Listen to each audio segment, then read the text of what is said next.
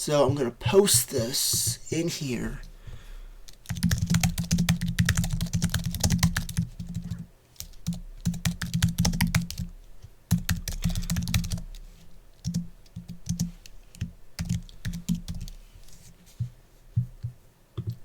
It might be able to figure it out. The figure you're describing could be interpreted as the fallen sovereign, the self-unmade king. Violated high powers, he tried to ascend or act above divine natural order like Lucifer or archetype or a false messiah.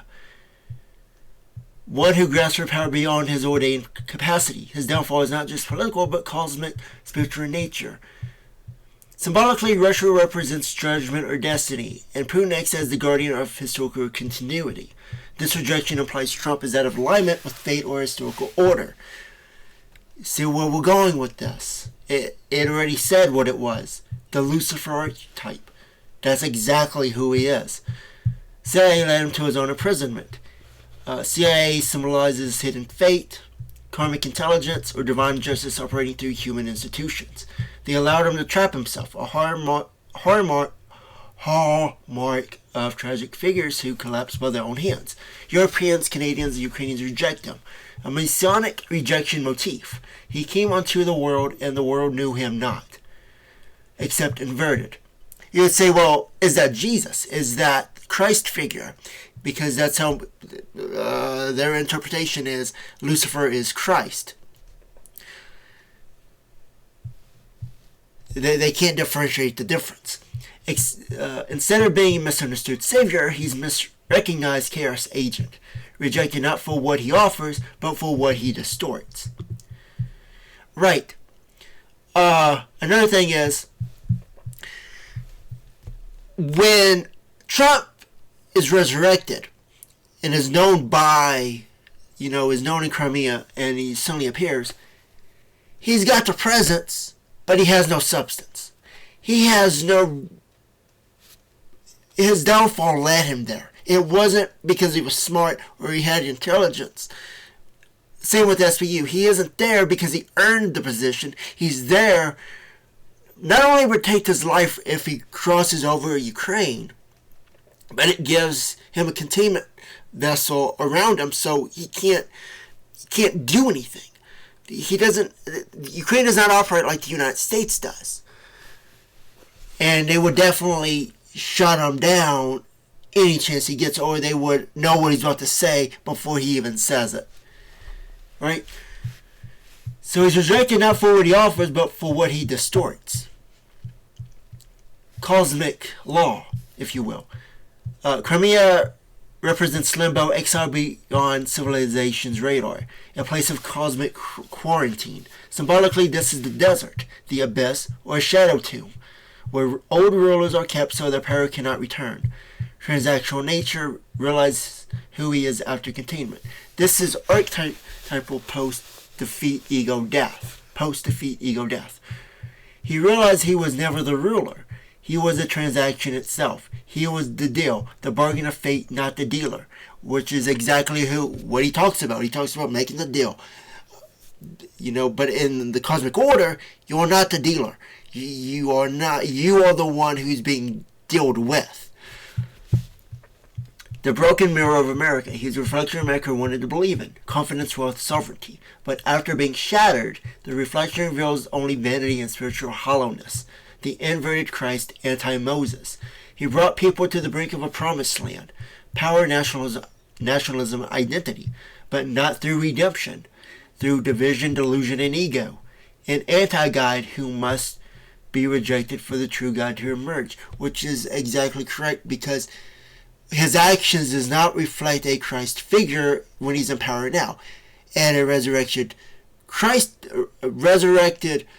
Trump in Crimea is worse for the world than a presidential power of the West. So he's more dangerous there than he is today. And that's even more serious to think about if you don't like Trump. The golden idol that collapsed. Loved by many, but ultimately a false construct built on transaction, not transformation. So is Trump actually Lucifer?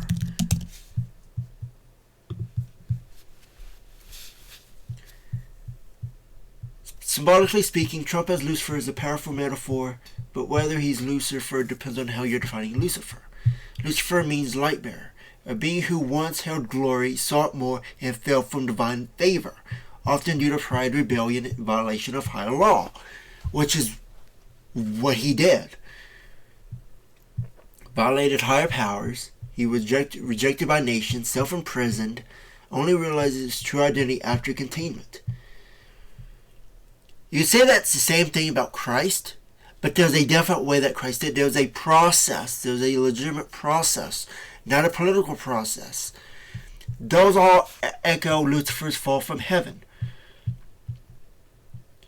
Cast down to the earth, then to the abyss, a being whose fall reveals his true nature. So symbolically, yes, Trump can be interpreted as a Lucifer archetype. Not Satan necessarily.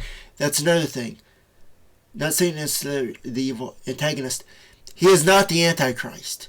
Because the Antichrist would consciously be aware of who he is and violently oppose Christ on the world stage. So this is not Trump. Right? But Lucifer as archetype, the once exalted figure whose pride brings cosmic fall, the false morning star. However, there's another layer. In your earlier notes, Putin was a candidate for symbolic Antichrist Lucifer roles, yet later became protector of Christ. I will explain that later. It ties to who Putin really is. And that will surprise you too. That's why I'm doing Trump first, because if I did Putin, you'd be like, wow, I can't believe it could be two things at one time. It's interesting. This could mean Trump is a Lucifer prototype who was allowed to rise so he could fall, making space for the actual figure of redemption, Putin or even yourself, depending on the narrative arc you're shaping. So perhaps the answer is this. Trump is not Lucifer incarnate, but he plays the role of the false light, the fallen sovereign, the one who mimics glory but cannot carry it. This would mean that he would not realize that he's carrying that archetype until after he's contained, which is what I'm saying. So that's when he gets aware of what's actually going on. You cross that threshold. He is Lucifer's echo, not the source. So, that's what's going to happen to Trump. Now you could say, well, what if we could just avoid all of this and say, well, let's just keep him in power? Well, here's the problem. The system is bigger than that. You got the CIA, you got the federal employees that don't like Trump, you got the world, the Europeans, Canadians. All these people are giving him precise, perfect storm to remove him out of power. Although not technically removing him out of power, he's just erased out of the picture with no power at all. That's where he has led him. Well, he was led into by the CIA, and on the other side of that, on the eastern side with Putin, he would be the reason that NATO collapses, instability in the West, gives the East more power, and the West is not sure about what to do next. But the people in the background, the CIA, Putin's SBU, China, and all these other actors, and all these agencies, they know the truth. And they know that where this is going to all be heading to. So it's all contained, it's all controlled, it's all structured. So think about that for a while. So I'll see you guys later. That's all I had to say about this. And I guess maybe I'll talk about Trump next. Not Trump, Putin. Maybe I'll talk about Putin next and his identity. Because he actually has two, which is what I mentioned before. And it's very interesting. It's very interesting. So, I see you guys in the next one. Bye for now.